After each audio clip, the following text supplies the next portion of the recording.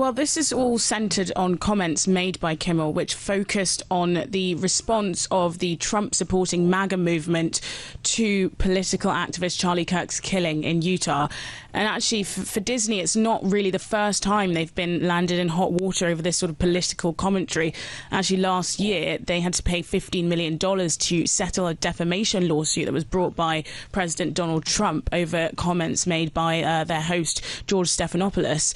And they made this decision to suspend the show, Jimmy Kimmel Live, just minutes after Nexstar Media Group, which is one of the biggest owners of TV shows in the US, said it would pull the show indefinitely from all of its statements over those remarks that they said were offensive and insensitive.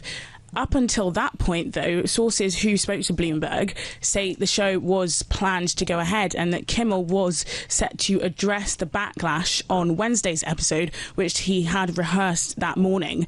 But, I mean, for Disney, this is a big deal. Kimmel is one of their biggest stars. You know, last month, despite a drop in ratings, his show still attracted over 1.1 million viewers. And for ABC, it's their longest-running late-night talk show. It's been going since 2003, and now it's off the air indefinitely, according to an ABC spokesperson. So a major blow. Yeah, I mean, Kimmel was effectively trying to say that he thought the Republicans were using the killing to try to bolster their own political case, effectively. What's been the reaction to all of that? Well, from the broadcast and entertainment industry, the reaction has been quite negative. The BBC is reporting that the Writers Guild of America, Hollywood's labour union, has condemned this decision. They said it's a violation of constitutional free speech rights.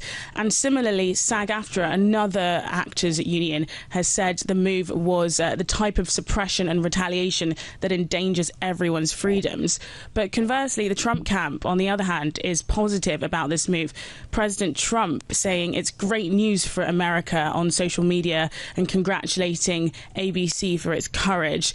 I mean, it's definitely an interesting time for late night TV as a whole. This is coming 2 months after the cancellation of Stephen Colbert's show. And also in other posts on social media, President Trump went on to take aim at the rest of the industry, also criticising other late night hosts, Jimmy Fallon and Seth Meyers. So a very interesting and perhaps controversial time for the broader industry. What about the network ABC? What have they said about all of this? Well, they have left the suspension open-ended, calling it indefinite through their spokesperson. But apart from that, we don't have much more detail.